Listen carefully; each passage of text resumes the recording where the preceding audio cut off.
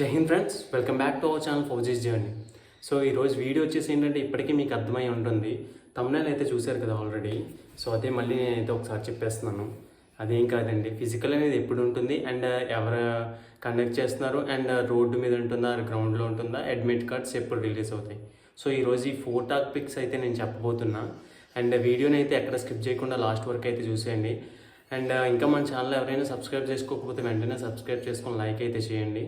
So let's get in to the video. So ఇక్కడ చూస్తున్నారు కదా, ఈ నోటీస్ అయితే మనకి రీసెంట్గా అయితే వచ్చింది.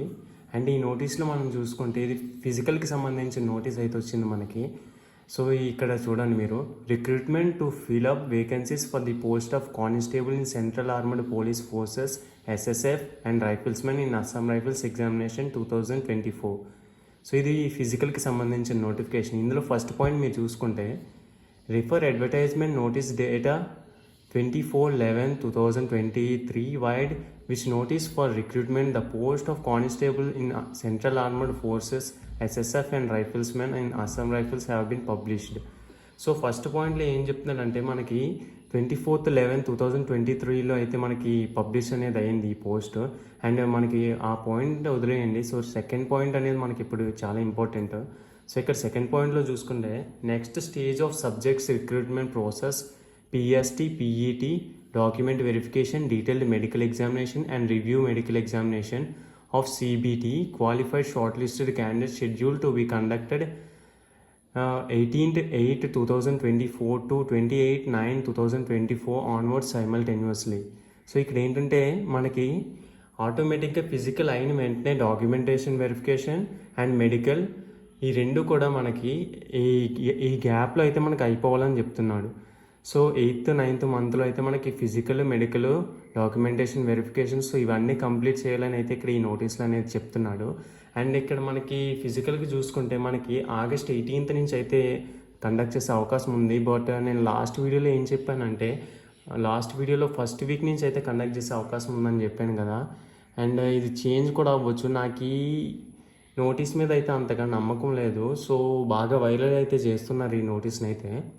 అండ్ థర్డ్ పాయింట్ వచ్చేసి చూసుకుంటే మనకి, ఈ admit cards of qualified shortlisted candidates will be available on CRPF website after 8th August. So ఇక్కడైతే మీరు ఈ థర్డ్ పాయింట్లో ఏం చెప్తున్నాడంటే, మనకి ఫిజికల్కి వెళ్ళడానికి అడ్మిట్ కార్డ్స్ అనేవి August 8th అనేది రిలీజ్ చేస్తాను అంటున్నాడు.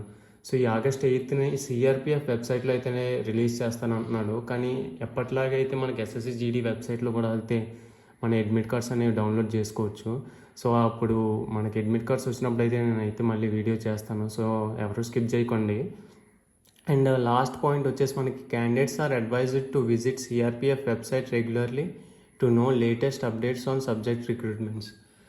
సో ఎప్పటికప్పుడు మీరు అయితే వెబ్సైట్ని చెక్ చేసుకోమని అయితే మనకి ఇక్కడ చెప్తున్నారు.